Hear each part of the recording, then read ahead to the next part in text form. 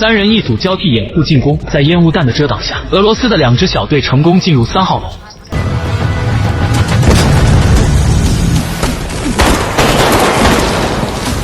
这是一栋2层的工厂车间，小队一边压制2楼的乌军，一边快速移动寻找掩体。厂房比较空旷，没有墙体。双方借助身边的掩体展开近距离激烈火拼，俄方小队比较集中，被对方集火压制，根本抬不起头，而且还不时有人从侧方偷袭。再这样下去，小队可能很快要被对方全歼。此时，一名性格刚烈的士兵摘下头盔，看了一眼妻子和孩子的照片后，拿起2枚手雷就冲了出去。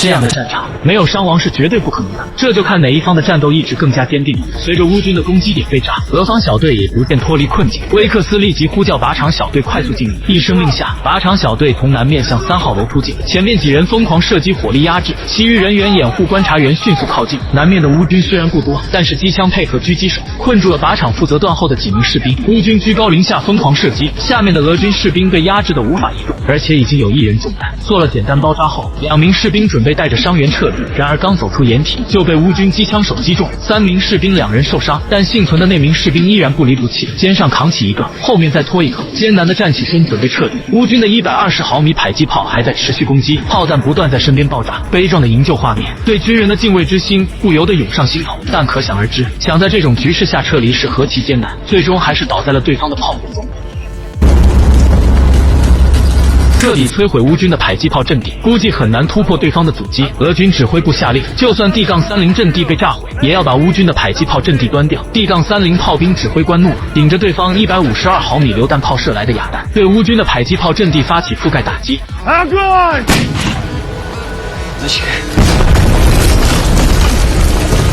乌军迫击炮阵地彻底被摧毁。与此同时，乌军的152毫米榴弹炮阵地也被俄方的飓风火箭炮摧毁。得知外围的2处炮兵阵地被端，乌军指挥官有点上头，决定使用郁金香自行迫击炮来打击俄军120毫米迫击炮阵地。这是有史以来口径最大的迫击炮，240毫米的超大口径，其威力可想而知。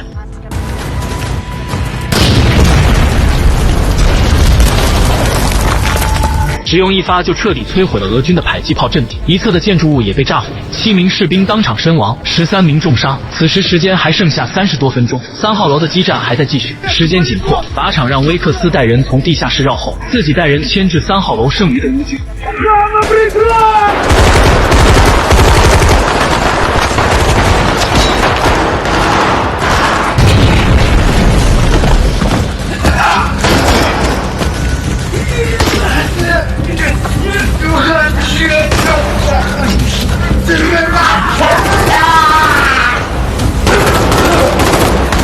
几人小心翼翼摸黑行进，然而让他们没想到的是，乌军也打算通过地下通道来包围俄军。毫不意外的2队相遇，枪口抵着枪口开火。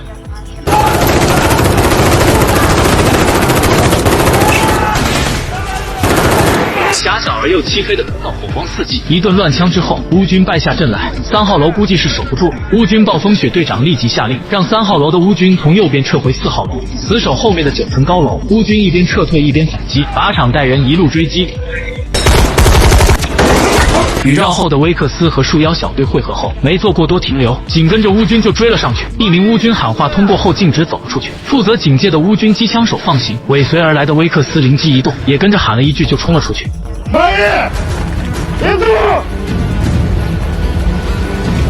一样的语言，一样的衣服，乌军并没有多想，就这样放了过去。俄军小队成功混进了4号楼，趁着身份还没暴露，小队迅速分散开来。很快，一名乌军发现了异常，怎么会有一个提着箱子的家伙？刚准备喊话，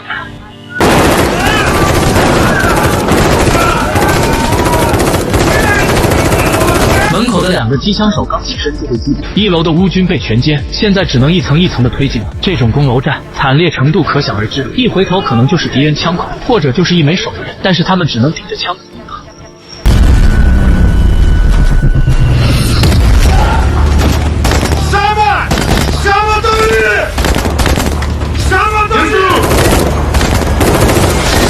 靶场让束腰和几名伤员待在1楼断后，自己和威克斯小队继续向上突进。但他们并不知道的是，乌军暴风雪的队长并没有在4号楼，而是带着装甲团幸存的几名士兵，正在向4号楼赶来。束腰刚在门口架起机枪，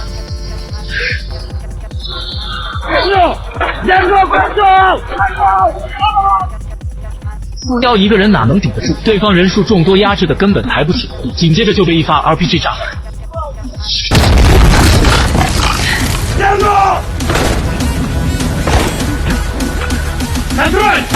在1楼照顾伤员的一名俄军，虽然顽强抵抗，但已经无力回天。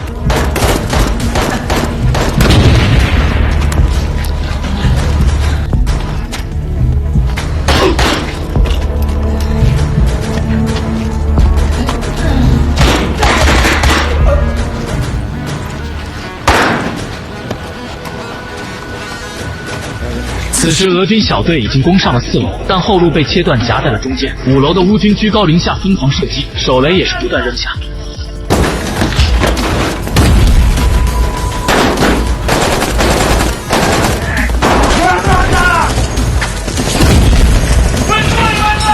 下面的乌军也已经攻了上来，俄军被上下夹击。此时小队爆破手来到另一个房间，他看了看楼顶，没错，就是这个位置。他要炸楼，然而背包里除了炸药和手雷，没有引爆器和软胶。他将手雷和炸药绑在一起，爬上屋顶，用手举起炸药贴在楼板上。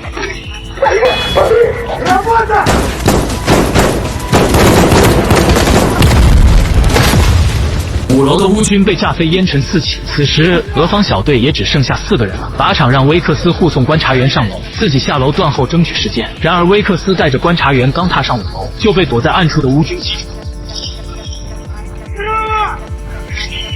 为了确保观察员能安全到达楼，注射1针吗啡后，爬起身继续护送观察员上楼。6楼好像没有敌人，威克斯让观察员独自上楼，自己待在楼梯口断后。乌军指挥部得知俄军突破了封锁，为了防止重型火炮阵地暴露，决定出动坦克直接炸毁大楼。而此时靶场和小队机枪手正在4楼拼死压制对方，然而对方人数众多，打得非常吃力，而且最后还被对方打散。机枪手不得不转移到另一个房间，但很快乌军机枪手就追了上来，双方机枪手展开1对1的交战。两人斗智斗勇，步步紧逼。为了便于移动，乌军机枪手拆下弹夹，只装半截弹袋，准备拼死一搏。俄方机枪手想趁机转移位置，但不幸被对方击中倒地，紧接着又是几枪。他用最后一丝力气掏出手雷，用牙齿拔掉安全销。乌军慢慢靠近查看情况。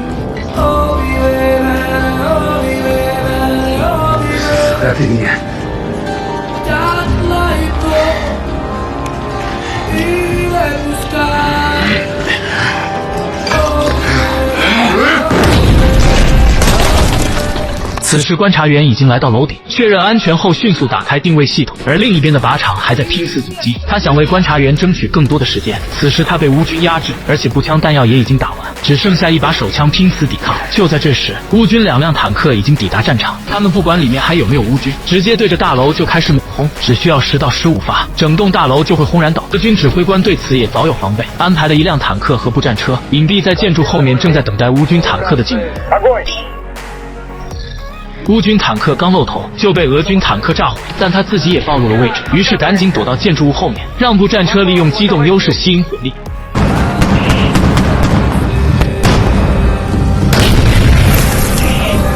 步战车被击中，火光四起，俄军坦克趁机又是一发。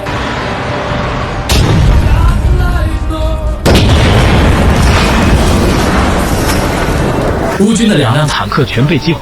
此时俄军指挥部终于收到观察员传来的信号，但时间只剩下了4分钟，2架歼击机立即升空。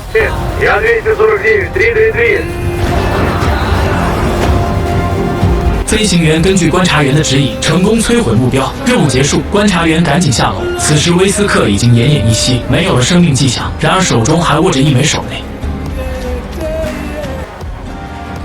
4楼在被坦克轰炸后，靶场侥幸活了下来。3支瓦格纳雇佣兵小队为了锁定敌人的炮火阵地，最终却只有2人活下来。影片到这里也基本结束。